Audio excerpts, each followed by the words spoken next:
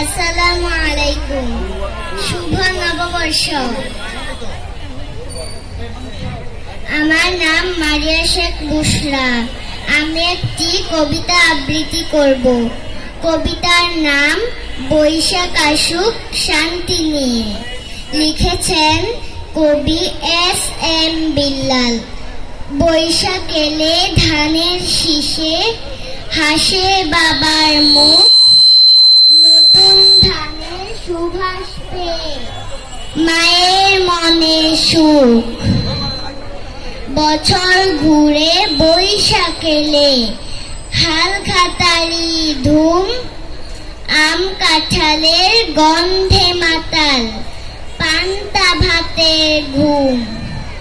বৈশাখ এলে রঙিন সাজে শহর গ্রামে মেলা, নানা রকম ঘুরি উৎসব মন মাতানো খেলা।